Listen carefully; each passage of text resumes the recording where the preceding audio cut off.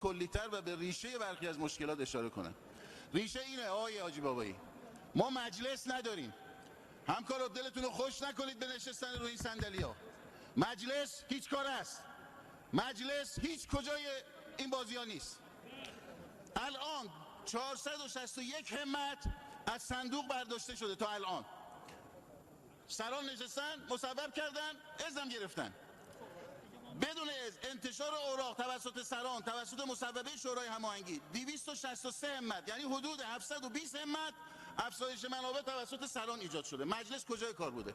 کل منابع دولت 2500 همته که 720 همتش اصلا مجلس تو جریان نیست. شما برای 10 همت اینجا تصمیم میخواید بگیرید، باید بره کمیسیون، بره تلفیق، بره تو سهم، بره هیئت عالیه نظارت، بره شورای نگهبان، هزار تا ایراد میگیرن، بالا و پایین میکنن. 720 همت. شما چی کارایی توی مملکت؟ ما دلمون رو به چی خوش کردیم؟ همین الان سازمان تامین اجتماعی داره مجلس رو دور میزنه، میره سران مجوز میگیره. بانک‌ها دارن از سران مجوز میگیرن، مجلس رو دور میزنن. قانون اساسی میگه هر گونه تغییر در منابع و مخارج باید تو مجلس باشه.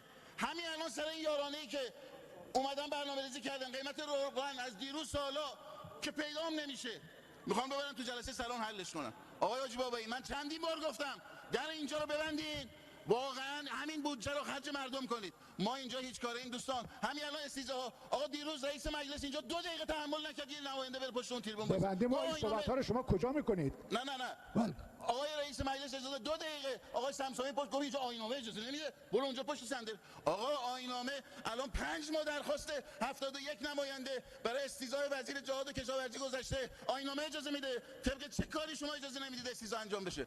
این مردمی که تو خیابونن میگن آقا ما میخوایم اعتراض کنیم، یه عده میان اختشاش میکنن، ما مجبوریم بریم کنار. حرف ما رو کی میزنه غیر از اینه که اینجا باید بزنه؟ اینجا میتونه حرف بزنه آقای حاجی بابایی؟ اینجا اجازه داره حرف بزنه؟ اینجا هیئت رئیسه میذاره استیضاح هر چیزی شما جلوش گرفتید. من که میگم منظور هیئت رئیسه از شخص رئیسه. طبق کدوم بنده آیین‌نامه شما اجازه نمیدید؟ آقا طبق آقای نماینده، شما نماینده نیستید، درد از اینجا درمان کنید. مجلس باید برگرده به جایگاهش. دلتون رو خوش نکنید به اینجا نشستن. ما باید در تصمیم گیری ها حضور داشته باشیم، باید عقل جمعی کار کنه، نباید یک نفر تبدیل بشه به سوپرمن خودش بره مشکل. آقا اینجا 290 نفرن.